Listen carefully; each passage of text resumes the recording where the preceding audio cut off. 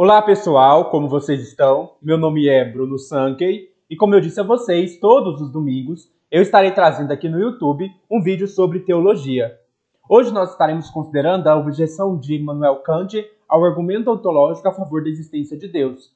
Eu já peço para você deixar aí o seu like no vídeo, se inscrever no canal caso você não seja inscrito e ativar o sininho a fim de que você possa receber novas notificações. Nós temos considerado o argumento ontológico a favor da existência de Deus.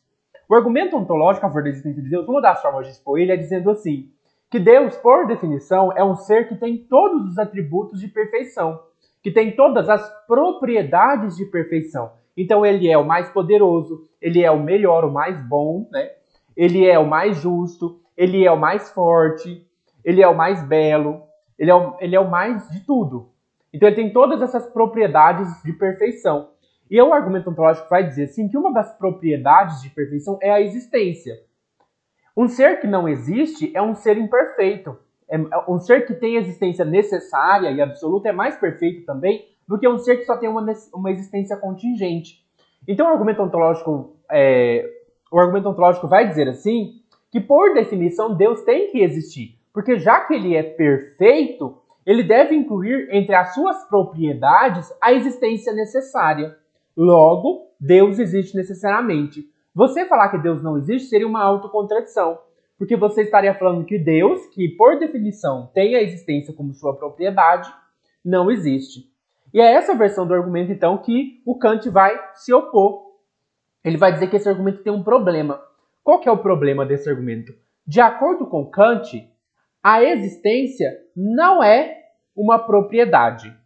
Essa declaração do Kant, a existência não é uma propriedade, ela é polêmica. Ela envolve várias discussões. Mas nós vamos tentar pensar aqui o que o Kant quer dizer com isso. A primeira coisa que a gente precisa ter em mente é a noção de existência e o verbo que a gente usa no nosso idioma para falar que uma coisa existe. Então, por exemplo, quando eu falo que um garfo, né? Que um garfo existe. O garfo existe. Eu uso o verbo existir. No entanto, em muitos idiomas, o verbo usado para falar que algo existe é o verbo ser. Então, ao invés de eu dizer o garfo existe, eu posso dizer o garfo é. Eu dizer o garfo é, eu estou dizendo o garfo existe. Então, por exemplo, the fork, né, em inglês. The fork is. Ou eu posso dizer there is a fork. Ou seja, eu estou usando o verbo to be, is, né, no caso conjugado, is, para querer dizer que alguma coisa é. O verbo to be é o verbo ser. Então, ou a gente pode pegar no latim também, quando, por exemplo, o Descartes fala penso, logo existo. O que ele fala, na verdade, é cogito, ergo sum. Cogito, ergo sum. Ou seja, sum, do verbo ser. E também, se a gente pega, por exemplo, o grego, né? Jesus Cristo, ele fala, antes de Abraão nascer, eu existo. Está lá em João 8:58, eu acho. Antes de Abraão nascer, eu existo. No texto original, tá? Ego eimi. Ou seja, eu sou. Eimi é o verbo ser. Então, a primeira coisa que a gente tem que ter em mente é que o existir e o verbo ser são o mesmo verbo. Então, a gente precisa ter em mente isso para entender o argumento do Kant. Então, nós vamos trabalhar aqui com a noção de ser. Existência e ser, pensando aqui ser e existência como sinônimos.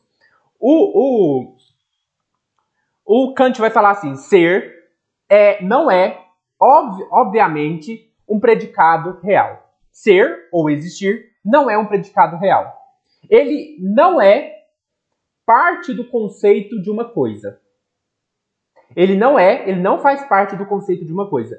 Ele é meramente o posicionar de uma coisa em relação a determinadas determinações. E nesse caso, ele exerce o papel de uma simples cópula.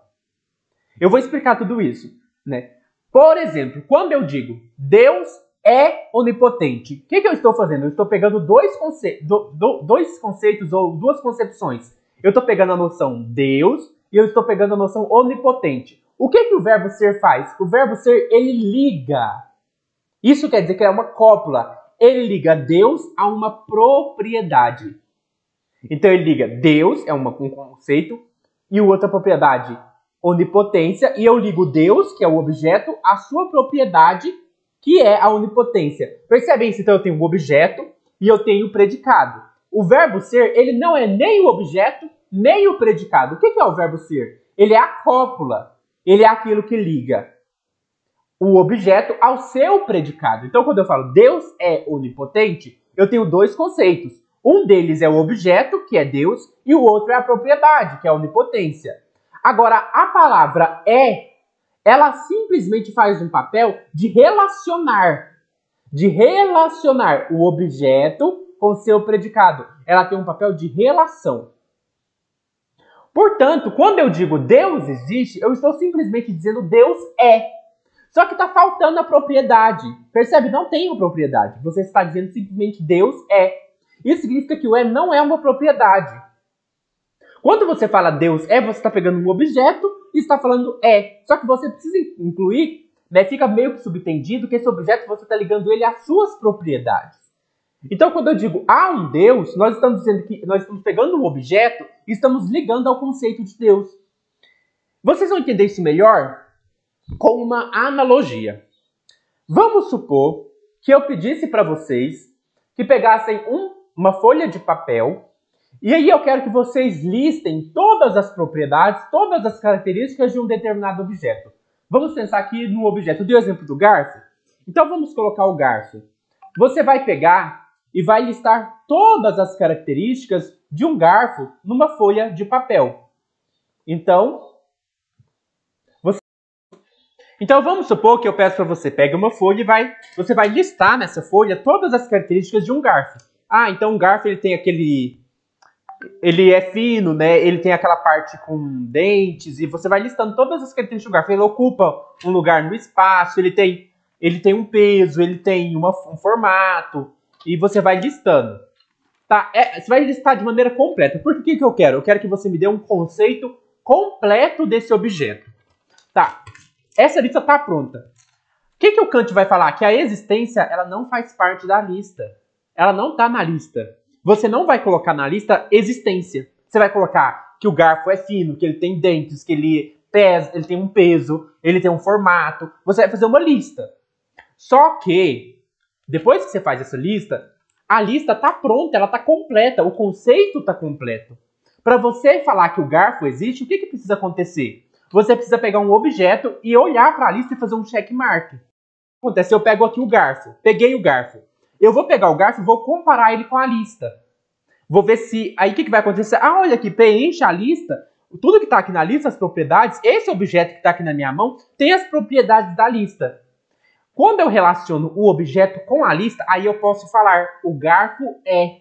O garfo existe. Por que eu estou falando quando eu falo o garfo existe? Eu estou falando, esse objeto preenche as características dessa lista. Está de acordo com as características dessa lista. Isso que é a existência. A existência é você posicionar um objeto em relação a uma lista de propriedades.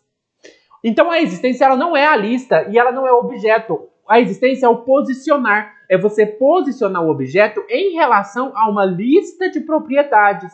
Poderia ser com um cachorro. Você faz uma lista de todas as características de um cachorro. Um cachorro é peludo, um cachorro tem 4 patas, um cachorro é um mamífero. Você vai fazendo uma lista e aí, se eu trouxer um cachorro aqui, você vai olhar para a lista e vai ver se esse objeto que eu trouxe aqui, ele preenche a lista. Se ele preenche a lista, você identificou o objeto com essa lista de propriedades. E, portanto, você pode falar, esse objeto é um cachorro. Esse cachorro existe. Há um cachorro. Esse cachorro é. Quando você fala esse cachorro existe, você está simplesmente falando esse cachorro, esse objeto está de acordo com a lista completa de propriedades de um cachorro. Percebe isso? A existência ela não faz parte da lista. A existência é a relação do objeto com a lista. Inclusive, você pode fazer uma lista sobre algo que não existe. Por exemplo, eu posso pedir para você que escreva uma lista de todas as propriedades de um unicórnio. Você pode escrever. Quando você terminar a lista, essa lista já está completa. Porque você colocou todas as características, todas as propriedades daquele objeto.